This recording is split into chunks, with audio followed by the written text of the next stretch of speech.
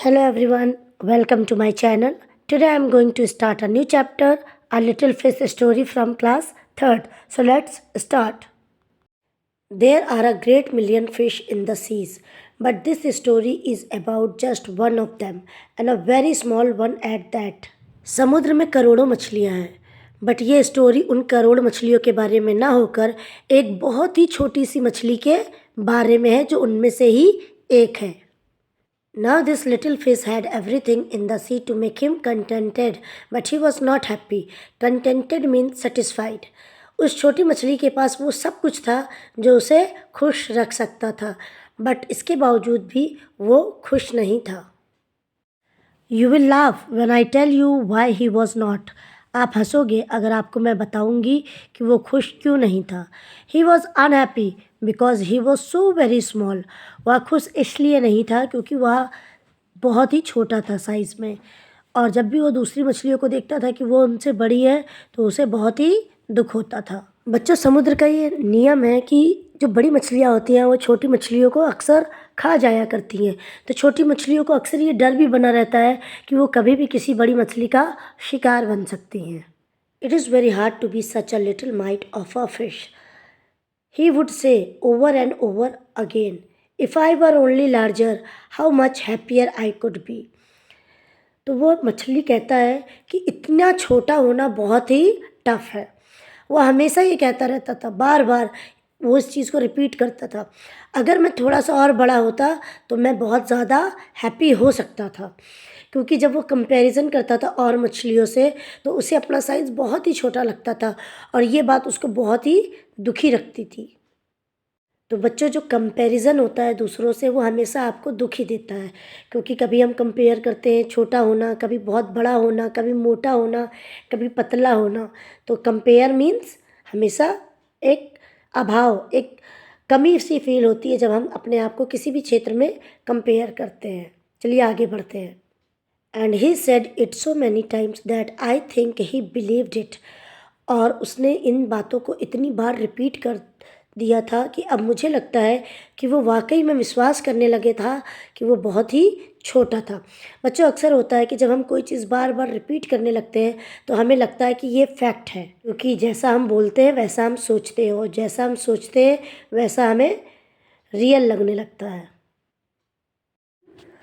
One day he was swimming along with the rest of his school and thinking, no doubt, how much more the larger fish had to be thankful for than he, when suddenly, with no warning, they found themselves in the meshes of a great net.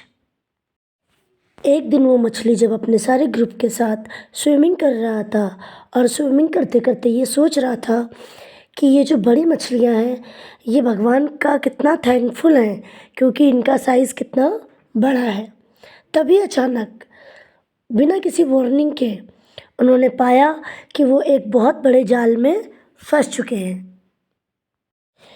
There was much floundering and splashing as the net was drawn up out of the water into the sunlight, and just as its hull was being emptied into the boat, the smallest fish in the school wriggled through the mess and slipped back into the cool, clear water.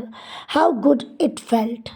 जब सूरज की रोशनी में उनके जाल को ऊपर खींचा जा रहा था तो पानी में बहुत सारी हलचल थी, क्योंकि मछलियाँ उस जाल से निकलने के लिए स्ट्रगल कर रही थी. और जैसे ही जाल को नाव में पलटा गया तभी छोटी मछली लकीली उस छोटे से छेद से बाहर आ गई अपने कूल क्लियर वाटर में. And she felt very good. और उसे ये बहुत अच्छा लगा, क्योंकि जहाँ दूसरी तरफ सारी मछलियाँ मारी गई, केवल वही एक ऐसी मछली था जो कि बच के आ गया था. तो वो अपने को बहुत किस्मत वाला मान रहा था. He swim here and there and everywhere. तो वो मछली इधर उधर सब जगह स्विम करने लगा. And some of the fish who knew him well all the rest of his life. और जो भी मछलियाँ उसे पूरे जीवन भर से जानती थी, सेड, उन्होंने कहा, that they would never again heard him say that he wish to be anything but a little fish. तो उन्होंने कहा कि अब वो ये कभी नहीं कहेगा कि उसका साइज़ छोटा है, चाहे वो कुछ भी कह ले, लेकिन ये बात अब वो कभी भी दोहराएगा नहीं। क्यों? क्योंकि उसी छोटेपन के कारण आज वो ज़िंदा है, उसने अपनी लाइफ बच गई। क्योंकि जो जाल का नेट था उसमें बड़ी मछलियाँ तो आसानी से आ गई, लेकिन इसका साइज़ छोटे होने की वजह से ये जाल के छेद से स्लिप होकर वापस कूल वाटर पानी में आ गई। एंड इस बहुत प्यारी सी कहानी को लिखा है इनॉफ बी कॉमस्टॉक। बच्चे यहाँ पे कुछ वर्ड्स दिए हैं, चलिए लेट्स नो कि how to pronounce it with their Hindi meaning. Million, million means होते हैं 10 लाख, 1 मिलियन होता है 10 लाख के बराबर। फ्लॉन्ड्रिंग, फ्लॉन्ड्रिंग मीन्स होता है स्ट्रगल करना, संघर्ष करना। वो सारी मछलियाँ अपने जीवन को बचाने के लिए फ्लॉन्ड्रिंग कर रही थी। मैसेज बोलते हैं नेट को। नेक्स्ट वर्ड है हॉल। हॉल बोलते हैं किसी भारी चीज़ को खींचना, यहाँ पे मछलियों को ऊपर खींचा जा रहा था। कंटेंटेड मीन्स सेटिस्फाइड, जो संतुष्ट हो, खुश हो, जो भी आपके पास है। स्प्लैशिंग बोलते हैं द नॉइज़ ऑफ वाटर, जब आप पानी में हाथ मारोगे तो छपाक की आवाज़ आती है, उसी को बोलते हैं स्प्लैशिंग।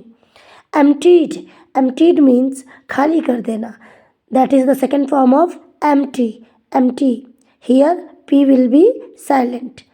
Empty. Wriggled, wriggled बोलते हैं छटपटाना, to move here and there.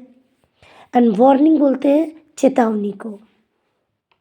तो बच्चों ये थी हमारी ब्यूटीफुल सी स्टोरी अबाउट अ फिश।